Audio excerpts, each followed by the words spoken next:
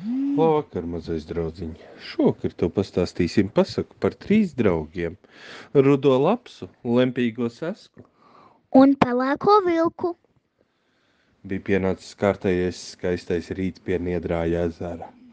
3 draugi modās un sāka lasīt ziņas telefonos. Viņi vēl žāvājās no saldā miega un izlasīja, ka šodien ir visu svēto dienas priekšvakars, jeb tā sauktie Helovīni, un visādi bērni pārģērbjās un staigā apkārt pa mājām un prasa saldumus. Viņi nosprieda, ka tā ir lieliska tradīcija, kur arī viņi varētu piedalīties. Tati, tau vilk, tu lasīji? Šodien ir Helovīni. Sīkie staigāšot apkārt, es dzirdēju, ka pa Silvu ļoti daudz sīkie staigāšot un vākšot končus no citiem. Mēs arī varētu pārģērbties un ievākt končas. Saska saka, jā, man garšo saldumi, man garšo končas. Vilks saka, jā, mēs tiešām to varētu darīt, bet par ko, lai mēs pārģērbjamies? Nu kā? Tu varētu pārģērbties pa Baskervilu suni. Es, tati, tau kā meitene, varētu pārģērbties pa Vensdiju no Adamsu ģimenītes.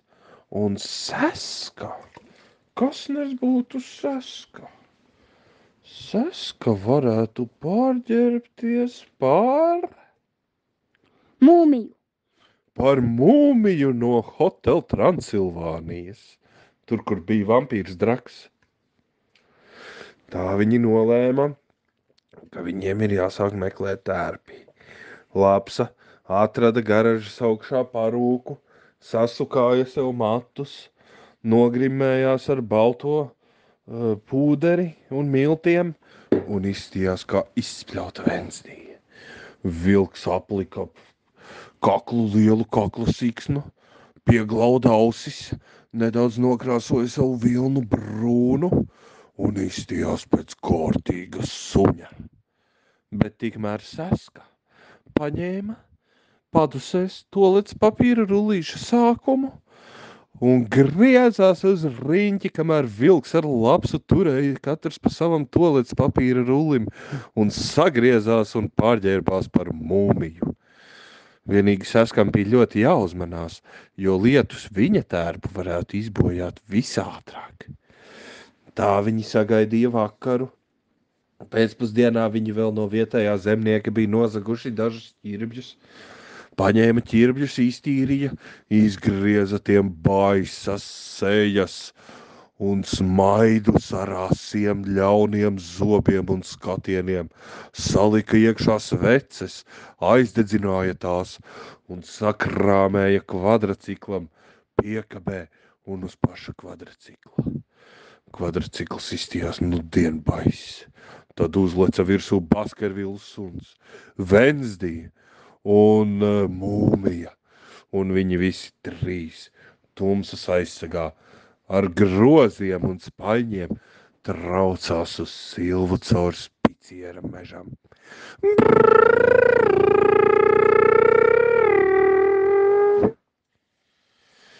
Tā viņi apbrauca līkumu gar Spicieri, lai neviens no pašvaldības policijas brašajiem puišiem viņus nepamanītu. Un tad viņi sāka iet pa Silvas namiem. Viņi iegriezās katrā namā un prasīja saldumus, vai mēs izjokosim. Un pārsvarā visi viņiem deva saldumus, un viņi bija priecīgi. Viņiem jau bija piekrāta pilna piekabe ar saldumiem. Viņi nesa spaini pēc spaiņa. Tad viņi izdomāja, ka vajadzētu sadarīt vēl kaut ko šajā vakarā. Un viņi nolēma, ka viņi nozags saldumus vēl dažiem Silvas bērniem, kas bija iekrājuši pilnus spaiņus. Tur gāja daudzi mazais Raivo, Rojs, Haralds, un arī no Smiltenes bija ieradusies mazā Māra. Un viņi gāja un domāja, ka mazos nobiedēs un atņems viņiem saldumus. Bet tas neizdevās. Viņi gāja klāt bērnu bariņam un teica: Sīkie, atdodiet mums saldumus!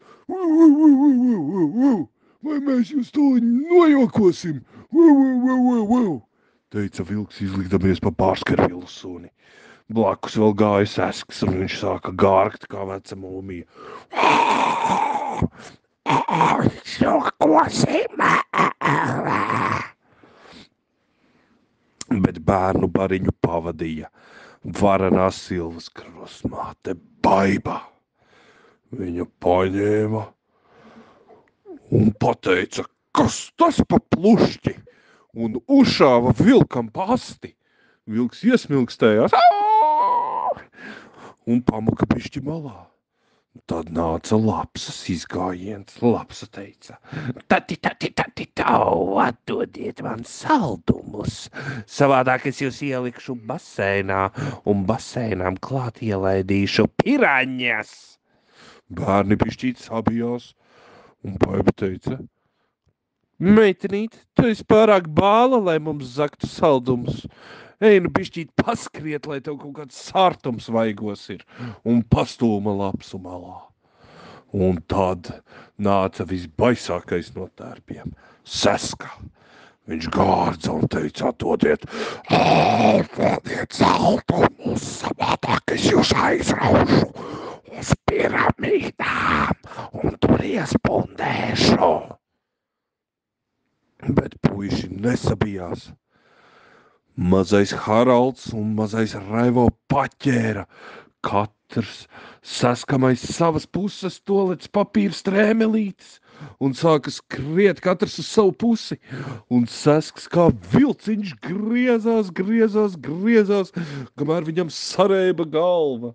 Un tad pieskrēja klāt mazā Māra, paķēra Seska pilno saldumu spaini un teica saviem draugiem: Mūkam prom no tiem nūģiem! Un tad viņi visi muka. Silvas krustmāte pa priekšu viņus vadīja uz savu penthouse augšējā stāva dzīvokli, kur viņi gatavojās pamieloties ar saldumiem, ko bija savākuši un atņēmuši zagļiem. Tā viņi uzskrēja augšā un skatījās, kas notiek. Vilks mēģināja turēt Sesku, kas bija pamatīgi apreibis. Vensdeja bija nedaudz samulsusi un arī palīdzēja Seskam iet. Viņi aizveda Sesku līdz piekabei, kur vēl joprojām bija kaudze ar saldumiem. Viņi sakāpa iekšā mašīnā, aizdedzināja pa jaunu savas baisās ķirbģu slaternas un devās atpakaļ uz savām mājām. Viņi brauca caur mežu.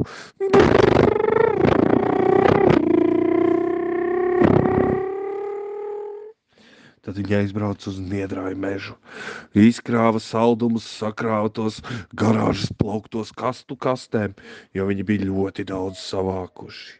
Sesks bija nedaudz atžirdzis no reibinošā grieziena, un tad viņi visi ēda gardu maltīti, nedaudz pačīkstēja, ka Silvas krustmāte atkal ir izbojājusi viņiem bērnu apzakšanas plānu. Bet no nekas. Viņiem bija pilni plaukti ar saldumiem, kurus viņi varēja ēst līdz lieldienām. Un tā viņi pamazām paplašināja savu ēdienkarti arī ar Silvas ļaužu saziedotajiem saldumiem. Tad viņi ēda saldumus, izmazgāja zobus, izkurināja ugunskuru un atlaidās pēc lielās spokošanās un jokošanās. Tāpat daram arī mēs. Arī mēs ejam atlaisties ar labu nakti.